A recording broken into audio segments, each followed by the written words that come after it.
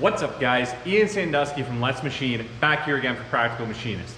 Today on Shop Talk, we're going to be talking about what to do if your quotes aren't working out. Before we get started, make sure you like and subscribe below if you want to see more videos. Let's get into it.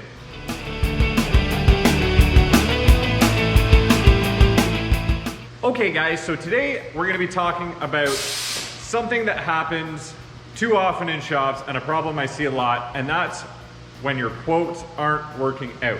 This is actually based on a discussion I found on the Practical Machinist forums in the shop management owner section. You can check it out. It's on the first page right now. But it was a really interesting conversation I found about guys talking about problems they're having when they're quoting jobs, and then when the job is done, they're not hitting the rate per hour, or they're losing money, or they're running into issues with their cash flow related to it. Now, the question was, what do you do about these scenarios? So let's say the ballpark scenario is the owner or the person in charge of quoting quotes a job, they send it to the floor, and at the end of the day, they're making 20% less than they expected, or they're coming in at 50% of what they quoted. And they were looking for some strategies and some things to look at to try to remedy that problem. So the first thing I would like to recommend is, first of all, make sure you were quoting correctly. And that sounds funny, and that sounds obviously like a very obvious solution to a very complex problem. But one thing that really helped for me was changing from quoting jobs on a time per part estimate and moving to more of a total time for the job estimate. For example, let's say I'm quoting a sprocket or a widget, and if I go through and I plan out all my operations and it's going to take, let's say, 20 minutes of machine time plus my setup. If I multiplied that out by, let's say, 20 parts, I would get a time. When I was quoting in that kind of method, or using that kind of calculation, I found a lot of the times I was coming up short, or I wasn't quite hitting my rate per hour.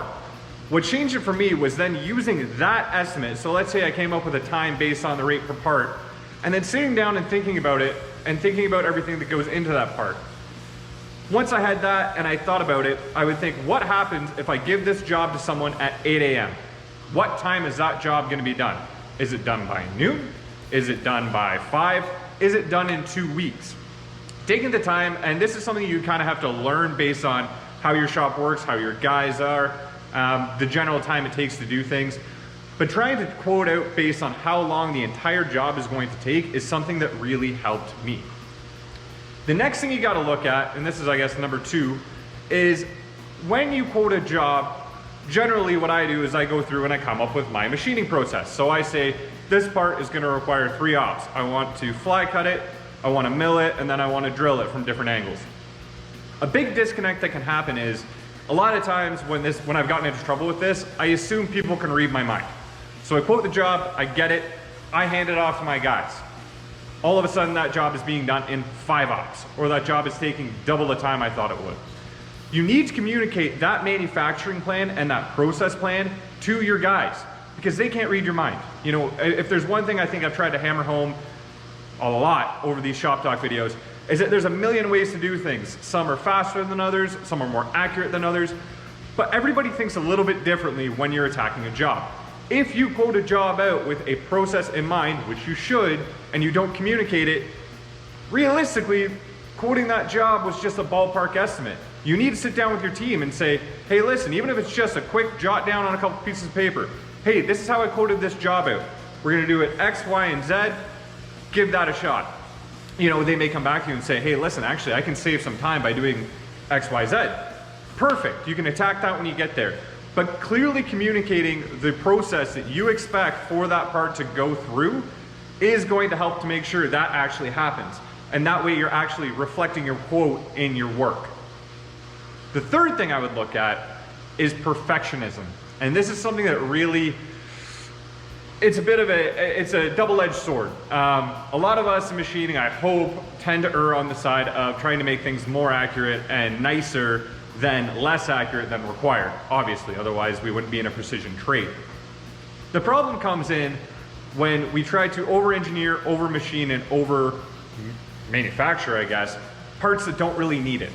I can think of a job where we quoted on some stuff to do, you know, little parts of steel that were just getting welded into a frame. The finish was not important. I think the accuracy, you know, was plus minus 15 thou for the hole, but the outside did not matter. It could be flame cut, it could be fly cut, belt sanded edges. And I went and I gave it to the guy, this is a couple of years ago, and when it was coming back, I got a part that had all chamfered edges. It was machined the outside to within, you know, 5 thou. The inside hole was within a thou. It was a beautiful looking part. The problem was that I did not quote to make that part that way. And that was a failure on my part to communicate those expectations and the tolerances to my staff. You know, if a part does not require a, you know, absolutely ground finish, it's not generally worth trying to chase that just because you want to feel good about that part going out the door. If you're making a part for a tractor assembly and it needs belt sanded edges, it's probably best to stick to belt sanded edges if, you know, it's not going to take, if you're not going to end up, you know, doing bad things. If you need a nice even chamfer, that's one thing, but if a belt sanded edge is fine, sticking to that can help keep your rate per hour up instead of trying to chase, you know, oh, we're going to give them the best part in the world. You know, if it's not necessary, not only is the customer probably not going to notice, or they might say, oh, that's nice, but they're not going to pay you more for it next time just because that part looked nice. I think you should always do your best to try to make parts look as nice as you can, you know, and be as accurate as you can. But if you're chasing tenths on a part that has a tolerance of 15 thou, it's just, there's a disconnect there. The other thing is, I remember seeing on Reddit on the machining group where a guy was machining some plates, and this was a horror story he was sharing, and it had a certain RMS finish, and it was fairly rough for the tolerance.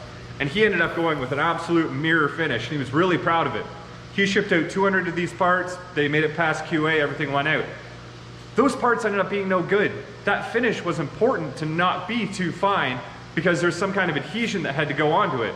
And because of that, all those parts were scrapped. You know, they couldn't, I think they ended up having to bring them back and Scotch braiding them, or, you know, omnidirectional sanding them to get a little rougher on them. But, you know, chasing really, really precise things when it's not necessary and being perfectionist will kill you in this trade. You need to understand when good enough is good enough, but also, you know, still try to do the best you can. It's a very tricky thing to balance, but it's something to keep in mind. The last thing, and this was something I saw discussed on there, was guys kind of bouncing back and forth. Well, what do you do if I quote jobs out, I quote jobs out, I quote jobs out, I give them to the guys on the floor and they take too long? And I saw some good and some questionable things said there, in my opinion. One thing I saw that I would not recommend is tell your guys this job is going to take 3 hours, and then if they take more than 3 hours, do not pay them for that time. Guys, personally, unless you are signed on to a piecework situation, that is not a good idea. It is not a good idea. In my opinion, if you need to hold such a massive sledgehammer over a guy's head in order to make him hit this time that you've come up with, it's going to breed resentment. It's going to breed, it could be an unrealistic expectation. It's just not going to be a constructive environment for your guys to produce good work. Remember, there's a very big difference between hustle and rushing. Hustle gets parts done quickly to the best of their abilities. Rushing creates mistakes. Rushing creates broken tools. Rushing creates injuries. Nothing we want to deal with as machine shop owners, employees. You know, it's just, do not make your guys rush. You want to encourage hustle, not rush. My thoughts on this is, if you are consistently having a problem where you think you are quoting a job correctly and your guys are taking too long, is this. One, either you are quoting incorrectly. Plain and simple, you are quoting for some pie in the sky shop that you think you have that you do not actually have. You know, you're quoting it based on optimal situations with the very best people, and realistically you have a bunch of humans working in a shop with all, you know, the little problems that every shop has, you know. Everybody's not going to find the tool the first time they go to look for it. Tools are going to break. You know, sometimes you have to pick up a part a couple times. Troubleshooting. At the end of the day, you're either not quoting correctly, or you have lazy staff, or you have staff that are not suited for the job, or you are not properly motivating those staff. And in my opinion, both of those scenarios are not their fault, it's your fault. Coming down on your staff about it repeatedly without any results just shows that you are not doing the right things to get that job out the door. If you have staff that are not fulfilling their duties, again, that's your fault, not theirs. You're the one that's letting it continue. You're the one that is signing their paycheck every week, sending them home and keeping them employed. You know, they say hire slow, fire fast. At the end of the day, if you have guys in your shop who are not performing, you're getting frustrated that it's not working, you need to re-examine why that environment is permitted to happen where they can be lazy or there's not the follow-up. You know, one thing that really helps for me and has helped develop a good relationship with my guys is I try to spend, you know, I have time I have to spend in my office doing work, but I try to spend lots of time down on the floor, walking around, asking questions. If I see a guy setting something up, I'll just ask questions. I'm not trying to get him in trouble. I'm not trying to get him with a gotcha.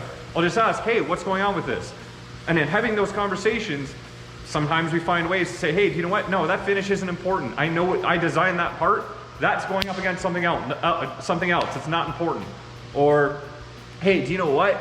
Right now you're using this. I'd really prefer if you use a helical toolpath instead of a drill. It's all these little things to stay on top of jobs as they're going through your shop, as opposed to just firing them out and letting them go. For some of you guys with big shops with 50 employees, I don't know what that scenario looks like. I can only speak from my own experience, which is a small shop. If you have tons of guys, then I guess you have to encourage your supervisors to be doing the same. Monitoring jobs as they go through and not just trying to do back cataloging of them at the end is going to help you stay on top of them to make sure you're hitting your rate per hour. Anyways, guys, I hope this has been helpful. Let me know in the comments below some of your tips to help hit your quoted, in this scenario, try to hit your quoted prices. Let me know some of the problems you guys are having. Let me know some of the solutions that have worked for you. It's a question that is never really going to have one good answer. There's so many factors in it, and it's an ever-changing situation. One job can come in and be great one week, and for some reason it's just an utter dog the next. So let me know. It's all about helping each other out, and if you want, go check out that post on the Practical Machinist forum. As always, guys, make sure you like and subscribe if you want to see more videos. Thank you very much for watching. You take care.